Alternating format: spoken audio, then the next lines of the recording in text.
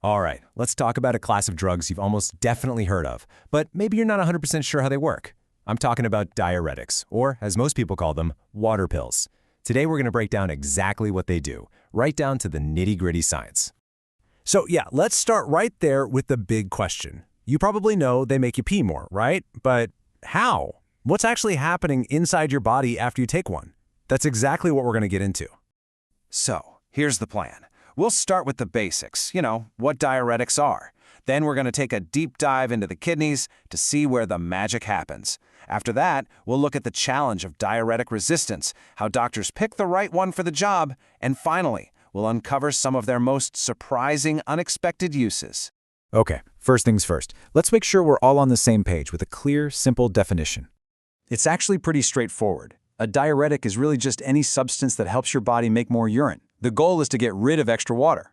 But, while the what is simple, the how, that's where things get really interesting.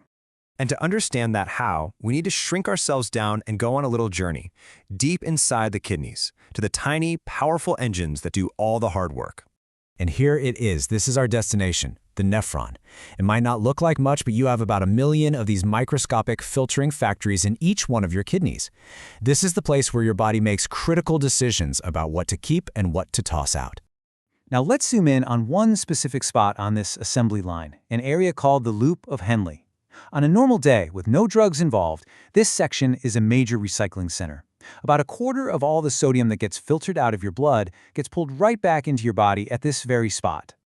And this is where the diuretic comes into play.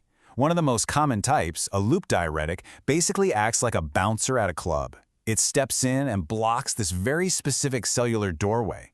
With this channel blocked, sodium can't get back in. It's effectively locked out, stuck on the side that's going to become urine. And here's the golden rule you need to remember. Where sodium goes, water follows. It's as simple as that. Because all that sodium is now trapped in the tube, a ton of water stays right there with it instead of getting reabsorbed into the body. And boom, that's the diuretic effect.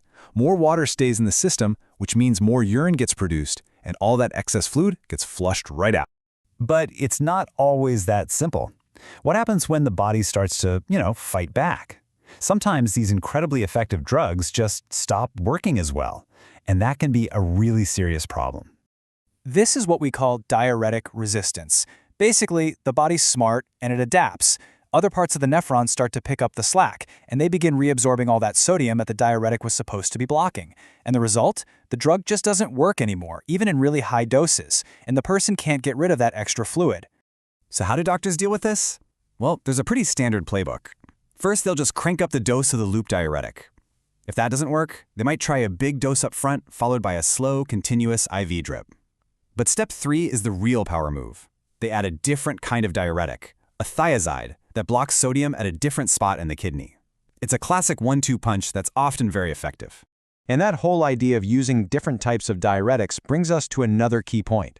Not all of them are the same, and picking the right one often comes down to one really important factor: how well a person's kidneys are working to begin with. This chart breaks it down perfectly. It shows which diuretic to use based on something called GFR, or glomerular filtration rate. Just think of GFR as a score for your kidney function.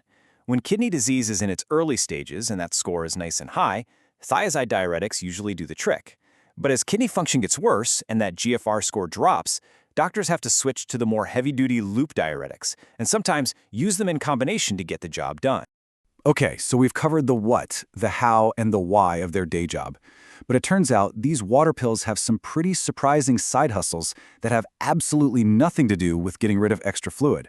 So I've got to ask, what on earth could a diuretic, a water pill, possibly have to do with climbing a mountain? I mean, it sounds kind of crazy, right? But the answer is really cool. The secret lies with a specific type of diuretic called a carbonic anhydrase inhibitor. Their uses are so varied that there's even a handy mnemonic to remember them. GAME. G is for glaucoma. A is for alkalinization of urine. E is for epilepsy. And M, well, M is for mountain sickness. Yep, that's right. A diuretic can actually help your body get used to high altitudes.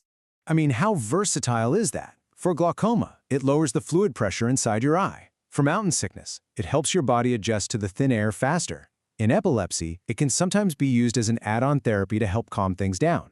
It just goes to show how a single drug mechanism can have all these wildly different effects all over the body.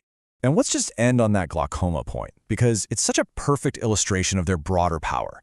The very same principle that moves fluid out of your body through the kidneys can be harnessed to reduce the production of the fluid inside your eyes. By doing that, these drugs lower the pressure in the eye, which is a key part of treating glaucoma and saving someone's vision. It's an amazing reminder that sometimes there's a whole lot more to a simple water pill than meets the eye.